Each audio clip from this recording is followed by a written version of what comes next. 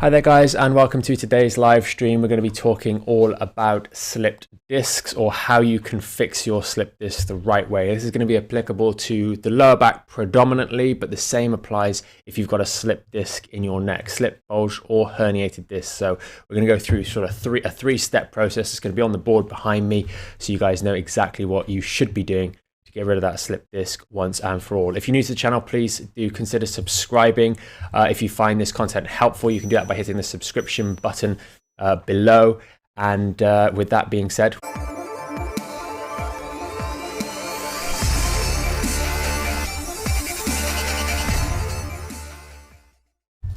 so that's what happens on the first day of the week. You hit the intro button a little bit too fast, but you can see on the screen next to me, we're going to be talking really about understanding what is happening when you've got a slipped disc, bulging disc, or a herniated disc. And remember, this is a spectrum through here. And also I'll touch briefly on degenerative discs as well, because they're important too, and they're something that really do affect quite a lot of us as well. We'll talk about minimizing the scarring. That's really, really important, maybe more applicable to the degenerative disc. And then we're going to talk about rehab. What should we be doing to effectively rehabilitate this? And that really stems from understanding step 1 and step 2.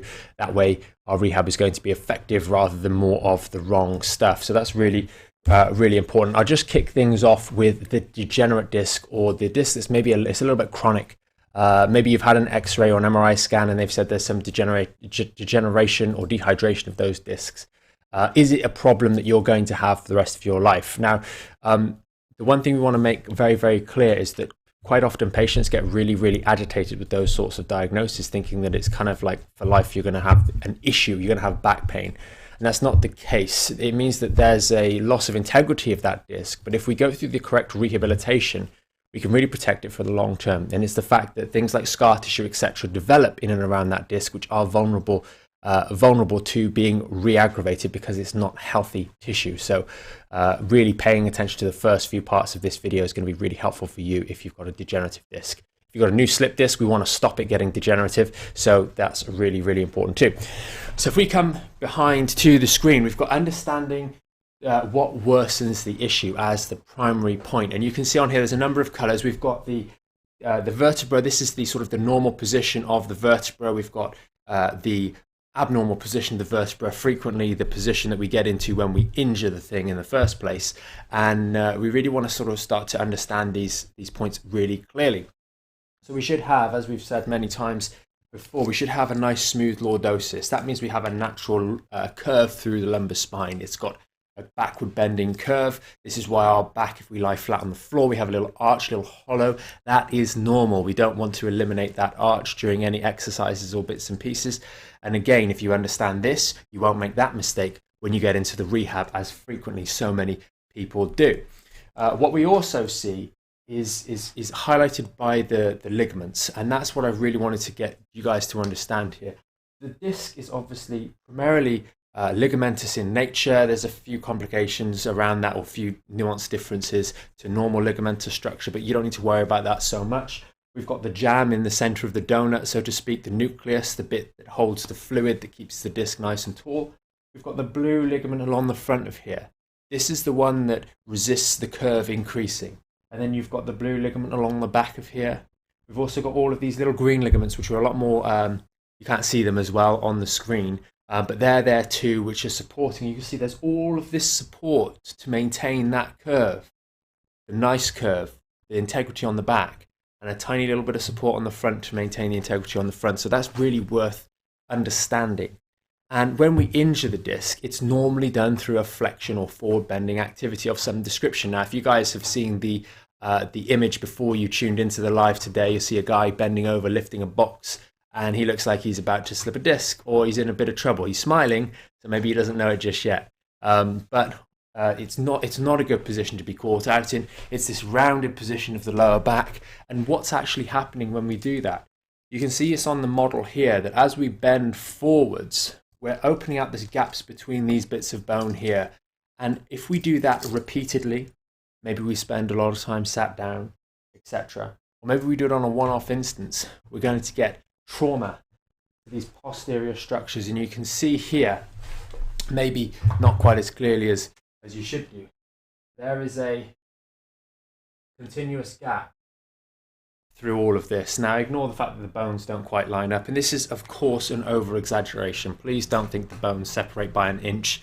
That's not happening in you, but the ligaments are being stretched, and you can see the gap that has occurred through here where the tissue has been damaged. It's been stretched beyond its normal limit, and you can see that if we've done this, we've driven pressure through this disc here on the front, and we've driven the nuclear material back, we're going to get a disc bulge, a slipped disc. Now, the disc hasn't popped out and fallen off to the side.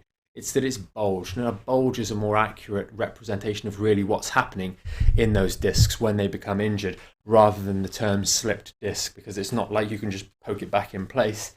That doesn't really work. What's happened is the ligaments and the ligaments primarily through here have become damaged and allowed the constant compression of gravity to allow this fluid to seep out towards the side, maybe through a couple of layers, leading to that bulging taking place, because those ligaments that were holding it nice in place have torn a little bit, and that means the distance is greater here and they can bulge out, especially through weak spots in those ligaments.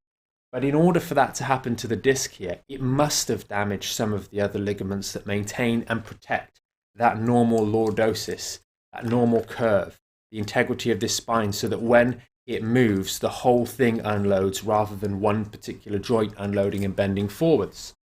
And this is really, really quite vital, because what people commonly then do is they have one injury. Maybe it's L4-5, or more commonly L5-S1. Those are the two big ones in the lower back. In the neck, it's commonly going to be 4-5 and 5-6. That's C, 4-5 and 5-6, C for cervical spine.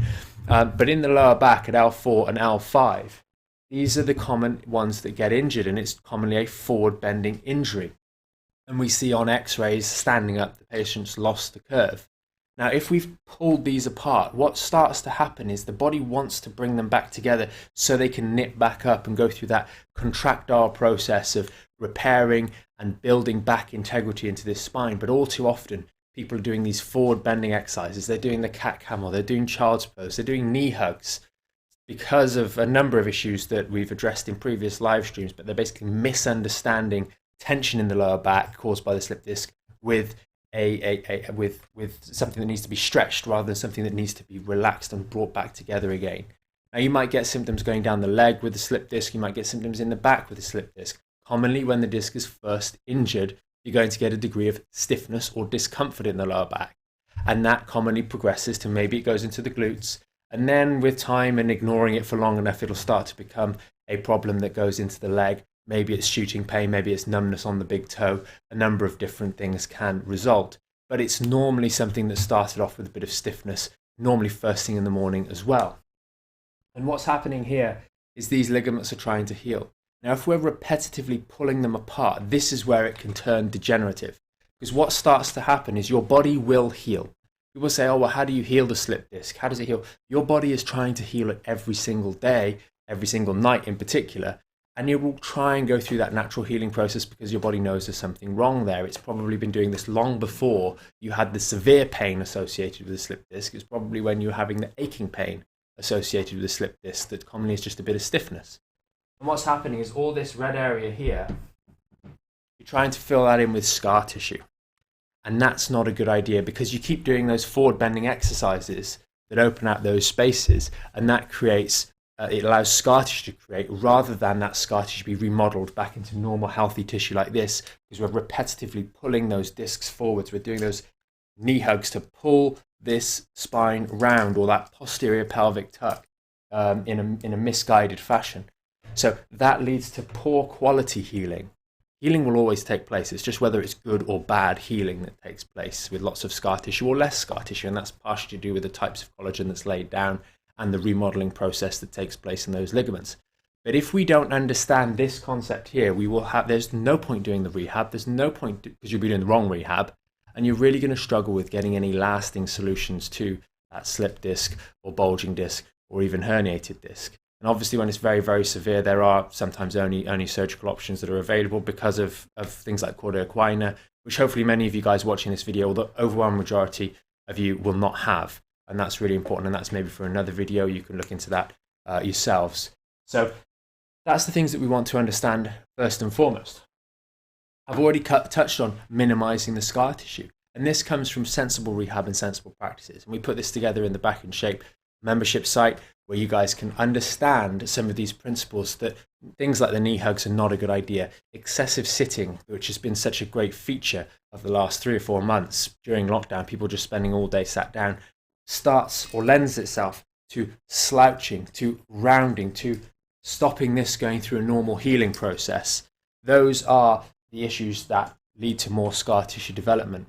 And what I would say, just as a little side note with regards to joining the Back in Shape, the premium membership there will help you better understand in bite-sized chunks exactly what you need to be doing for your rehabilitation and what you need to be avoiding. But don't do this in conjunction with other exercises. We've had patients that have been, or people that have been members that have been starting off initially doing the Back in Shape protocols alongside knee hugs and chin tucks. Not chin tucks, knee hugs and child's pose.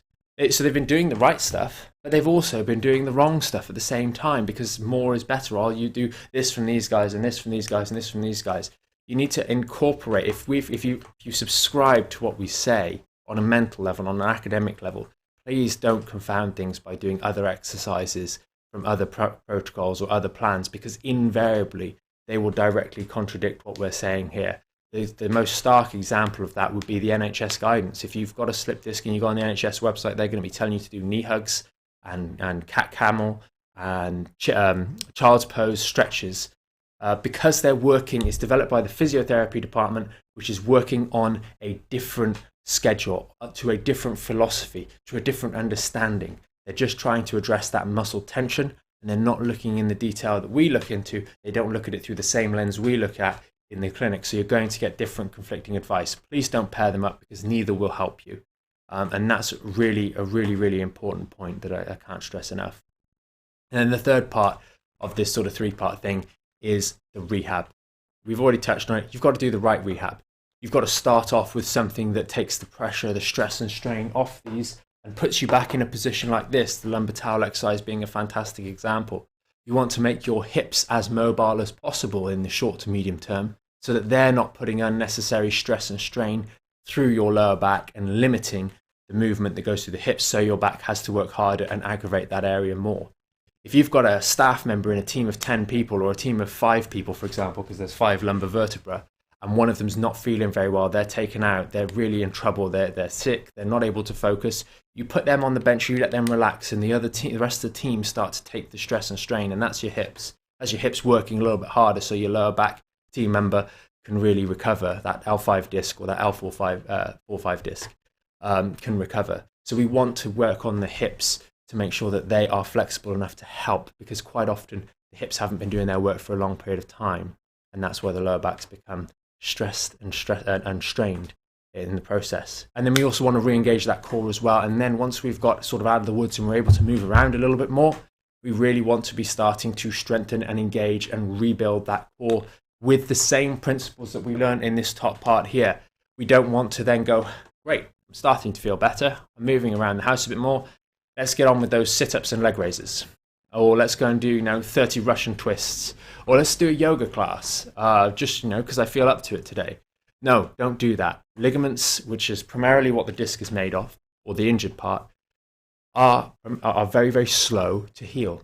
It's part of the reason why a lot of people will do something in the garden, for example, on Saturday, and then it's Sunday morning that they start to feel in a lot of trouble, and by Monday they're really, really in trouble, because there's that slow reaction of those ligaments, there's that slow inflammation buildup of those ligaments, and also a very slow healing process that takes place. So your discs, whether it's slipped, bulged or herniated, will go through a slow healing process, and most people will feel better before the damage has healed, before this scar tissue has resolved, and before you're back in this position effectively.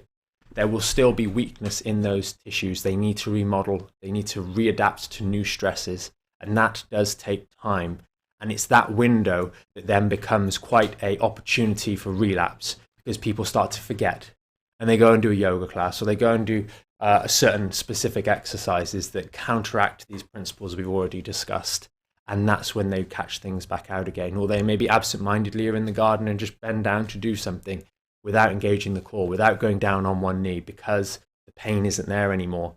And that's something we really want to be careful of in the weeks and few months that follow recovering from these sorts of slip discs. So hopefully that sort of has given you guys a good understanding of how these things happen and how you should fix a slip disc, what lens you should look at the injury through so you can better understand it, and then reduce the amount of scar tissue that's going to develop. And if you've already had those degenerate discs, you've already got that diagnosis of degenerative disc disease or something to that effect, or arthritis in the spine or spondylosis, those sorts of words, which all essentially mean the same sort of thing. You don't need to count yourself out. You just need to work a little bit harder on the rehab front and pay that extra bit of attention to your movement patterns and be a little bit more clean with the way in which you're moving and using your body on a daily basis, and a little bit stronger than the average or your contemporaries. And that way you won't have a back problem. You'll be strong, you'll be able to do all the things you want to do, and there won't be any issues for the long term. It's just that you're a little more vulnerable, and with a little bit of compensatory adjustments, you're going to do absolutely fine. So hopefully that video has been helpful, and we'll get into Q&A. Okay, awesome. I'm just going to turn the mic on. Yeah. So hopefully you guys can hear me better today. Yeah, we've listened to your feedback, and hopefully Lara should be more audible today. I thought I'd just start off with a comment. I got a text. So I usually do text everybody to see how they're getting on when they do sign up to the Back in Shape program. I got a text here from Sue. I was just going off of what you said, Mike. She said, I'm getting on very well, thanks. This is a recurring problem I've had since I slipped a disc. These exercises have worked far better than the NHS exercises. So that's, that's really great. And it does go to show that we do prescribe very different things. Yeah, to what it is really different. Yeah, and some people will ask before they join even the free version, which is free. It's a fairly logical argument. The points that we lay out are fairly logical. They're based on all the imaging that we do. And how many times have you guys been to the NHS? You've been to your GP and you say, I'd like to get an image done because I think it would be helpful. And they go, you don't need an image. We know what's wrong. It's a muscle. Go to physio. Well, of course, they're not going to prescribe you the right exercises because they don't have a clue with what they're actually seeing. Most of the time, your GP gets a scan. They're not looking at the image. They're looking at a report, a written report. And from our experience, because we get written reports and we get images, the amount of times that what's written on the report just does not at all give you as a practitioner or that GP the full understanding of what's going on. It's just astounding. We get patients come in and it's exactly this. You look at the two x-rays side by side and you go, these look like the same sort of spine. Maybe there's some minor differences, but they're pretty much the same. One will be 20, the other will be 60. And in both reports, they will say normal age-related wear and tear. The amount of times I've seen that in people of substantially different ages, it is a stupid argument. It really bothers me because it misleads people like you guys watching this into thinking that it's just normal age-related wear and tear. It's a 20-year-old and a 60-year-old with visibly the same spine, but the reports say that it's normal age-related wear and tear. That cannot occur, and there's too many times that those practitioners that are recommending you guys exercises have no knowledge of imaging, and they have no knowledge of your imaging, and therefore recommend things that don't work. And just listen to the reasons we recommend what we recommend, and it should really make a lot of sense to lots of you. Yeah. But don't keep doing those exercises that they recommend if you're going to do what we say, because then it's just a waste of time. But just to be fair to the GPs, they are a general practitioner. Oh yeah, and they've got like 10 minutes with you. Exactly. They don't have the time to go into this. They don't have the time to sit down with you. I mean, when we get a patient coming in, we're spending an hour with the patient. We do the X-ray analysis outside of the clinic hours. We're not doing that while the patient's there. We're looking at the images before. Your GP does not have anywhere near the time to be able to do that. So it does sound like it sounds like a bit of a dig, and it's not supposed to be a dig because they do only have 10 minutes with you. You can't help a back problem in 10 minutes. It's not a checkbox. They've got these things, do this. You need to have a deeper understanding of the problem. And also, even for me, and many of you guys watching this who've been on lockdown, you haven't been working for a little while. When you go back to work doing those things, you're going to be a little bit rusty. You get good at what you see every day and what you do every day. And this is a little bit of an off-topic point, but it helps you guys understand what is what's going on. We deal with back pain, patients with back problems, day in, day out, every day in the clinic. a GP on average will not be dealing with back problems. They're mostly dealing with people with maybe it's some sort of illness, some sort of flu, or those sorts of issues coming in. And every now and then they're going to be dealing with more severe, nasty pathologies, which they're going to catch and stop you guys getting into a lot of trouble. But they're not dealing with back pain day in, day out. So you just don't have that knowledge base that's at the forefront of your mind because you're not dealing with it day in, day out. And that's really something important to recognize. Okay, cool. Yeah. All right, so let's get into some questions. Yep. We've got somebody on YouTube who said that they've suffered with a L4, L5, and L5S1 disc herniation. I think they got better. They healed the disc, but then they started running on it recently for 20 minutes a day, and then now they can start to feel the pain coming back again. Recommendations I get a lot of this on running in particular. People will go through this. They won't do any rehab. They'll maybe go through and just let it kind of recover on its own. And even if they do rehab, getting into running is something you really need to think about. And I think that exact example, because I think I saw that comment, the person said they hadn't done exercise in many years or running in many years. If you haven't done anything in many years, you shouldn't be taking 5 weeks to get back into it again. You should be taking months, if not a year, to get back in. I think they were running like 3 times a day or 3 times a week, with 25-mile cycling or something like that. It was a lot of physical activity for someone that hasn't done a lot in years. The amount of impact that's going through your spine and going through those discs when you are running, if you are not used to running and don't have good technique, and if you're running too slowly for long durations, like 20 minutes, half an hour, 40 minutes, and you're running really slowly, you're going to be putting an awful lot of impact through that disc. One really interesting thing, and this is why we do actually say that running is okay long term. There's some good research on looking at the collagen content of discs in runners, long-term runners. I'm not talking about the guy that's just picked up running for 5 weeks ago. I'm talking about the person that's been running for years. And they do show that they increase the strength and integrity of those discs. And this is what we talked about at the start. Healing correctly, rebuilding stress through that disc so it can start to remodel and adapt to stress and strain. It's the same as a broken bone. They tend to heal stronger than they were at the start. And if we are slowly doing running over a very long period of time, many years, and building it up over that period of time, we will actually strengthen those discs really nicely and have stronger discs. And the reason they're stronger is because the stress of running is greater than the normal stress day in, day out. So our body has to adapt to deal with that stress. If we're just jumping in cold turkey after a long period of no running or none of those sorts of activities, we are going to have an injury because we will not probably have all the other aspects of diet that are on point and lifestyle that are on point to protect that disc while we're going through adaptation. That's really interesting. It's a very, very, very common mistake, and I wish it's something less people made because it's entirely self-inflicted. And with patients, you recommend that they run for shorter durations. Yeah, so I don't. Faster. Yeah, I can't point to any specific research, but looking at a general consensus on some of the running coach forums, and these are trainers that are looking at gait analysis and that sort of thing, they seem to suggest that around about 8-minute miles, people start to have relatively good technique in terms of the impact going through the joints, etc. And therefore, if you're not running faster than 8-minute miles, then you should not be running more than a mile. If you can only maintain that 8-minute mile pace for 100 meters, then that's all you're running until you can run 150 meters at that pace. It's about being, especially if we've got an injury, we have something that we're concerned about. We have an injury of some description, whether it's ankle, knee, back, or whatever. We need to be a little bit more careful about the way in which we're returning to activity, the way in which we're getting involved in activity. The same way you might feel that way if a new member of staff joined your workforce. You've got to pay attention to what you're doing, pal. You haven't done this in a while. You don't know what you're doing. Let's teach you and let's go through it slowly to make sure that any mistakes you make are small and we can correct them quickly, and then I'll hand over more responsibility to you. Our body, we only have one of them, and a lot of things we can't replace, and if we replace them, they're not as good as the original one. So we need to do things a bit more slowly. Another good analogy. Okay, all right. Maybe, I don't know. You guys can vote on that. Vote on that in the comments if it was a good analogy or not. Okay, all right. So we'll jump over to Facebook. Joe has asked, how long does it take for a slip disc to heal? Good question. So it really depends on the damage. Mm-hmm. It could take a couple of weeks for it to heal. Something that's a minor disc strain. And I think the slip disc term, although we've used it here, that's more to help identify to people the topic.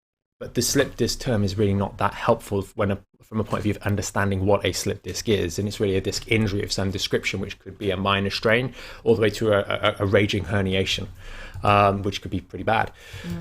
It really depends on the injury. Some of them to build back to normal strength, assuming we have a normal lumbar curve, could take months, seriously months, like 3, 4, 5, 6 months. And if we have curve issues, if we have alignment issues in the spine that are constantly putting more stress through that disc, then it can take longer because you're not addressing the underlying issues. Yeah. And that can be people which have a reverse curve, for example, where that's fallen on the floor. If the curve's like that, we're constantly going to be driving pressure through this disc here or down here in the lower back. And if we don't change that, then it's not going to recover, not effectively in any way, shape or form, and it's going to be a recurrent issue. But if you do have treatment, if you're having weekly treatment, like we had that patient that came in with crutches, that young guy, completely blown a disc. Yeah. And he did really well. Oh yeah, so he did well quickly. Yeah. And he recovered and he's off the crutches quickly. Yeah. But his disc is not healed. Mm-hmm. His disc needs time to heal. He needs to go through the rehab. And quite often those guys, especially the younger guys, as soon as they start to feel a bit better, they kind of stop doing the exercises. Yeah. Because the exercises are a bit boring. And we've had it before. Like I've been sat there with a patient at the start of their treatment, the first couple of sessions or even first session. Oh man, I can't go to the pub. I can't, enjoy work after work with my friends. I've just come into London, for example, maybe a young person, and I can't enjoy the things that I came to London to enjoy because my back hurts and I can't stand up at the pub or whatever. And literally 2-3 weeks later, they're feeling better, and it's like, how are you doing with the exercise? Oh, I didn't have the time today. I was at the pub. Oh, why is that? and then one guy, I even saw him at the pub. Like we were walking back from the house from the clinic, and I saw him at the pub. I was like, why are you telling me you don't have time for the exercises? You had time when you couldn't move, and now the pub is more important than the exercises. So that's one disadvantage young people have. They definitely, it's that. I feel like I'm okay. I'm going to go and do those other things, and it's a big mistake.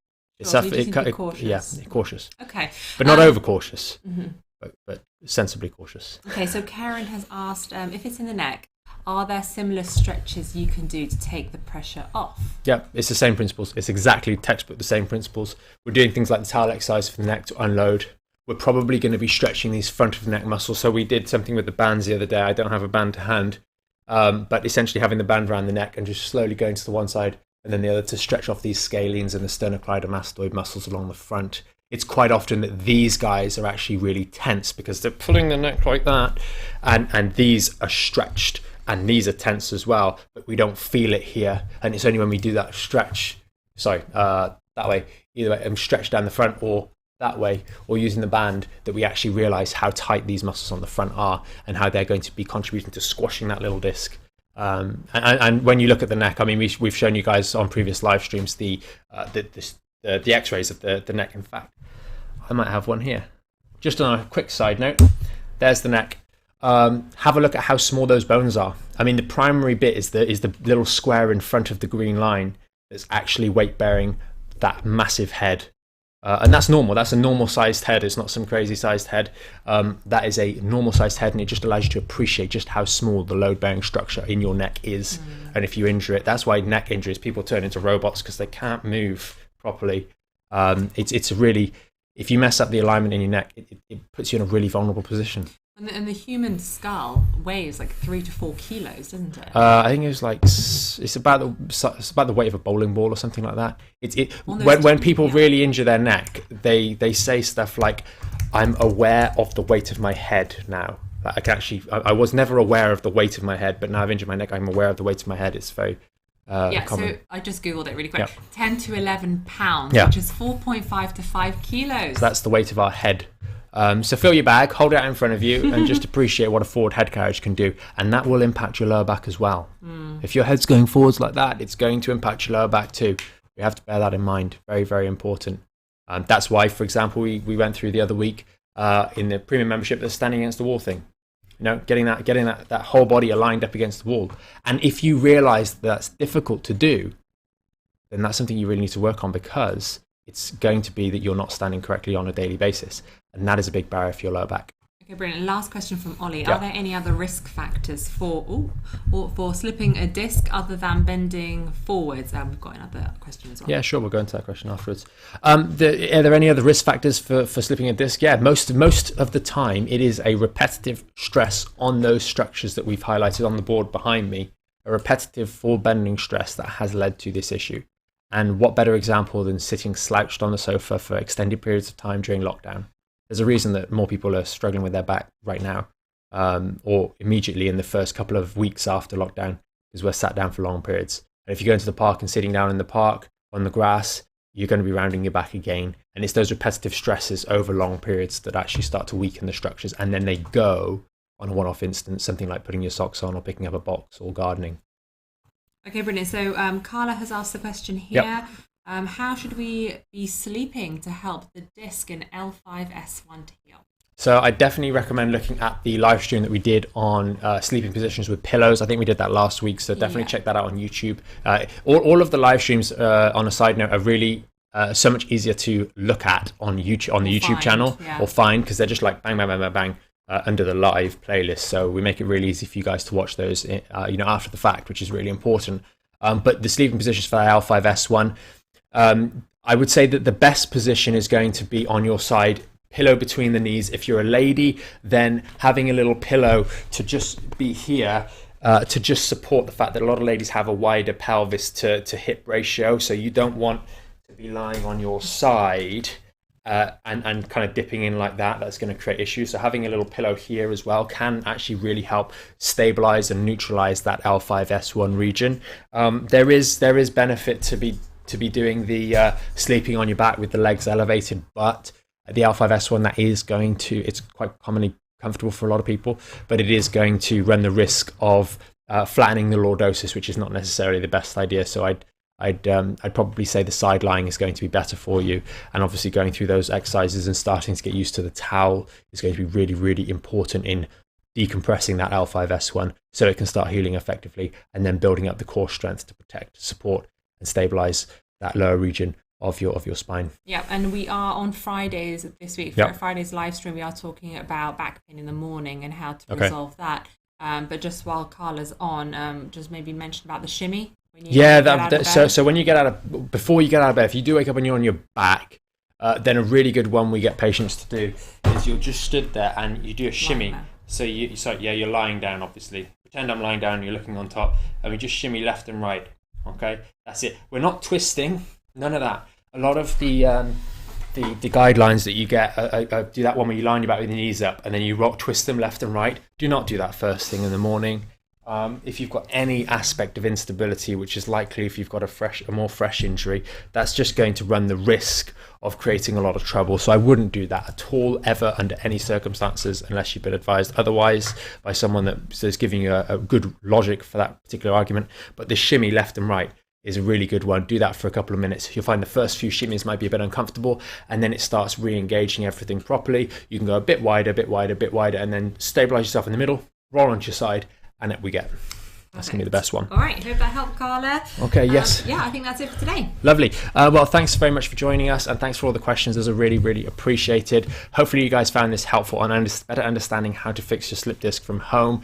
If you're new to the channel again and you found this video helpful, please do consider subscribing to the channel. You can hit the notification bell so you know when we go live, which we do mostly in the morning, every weekday.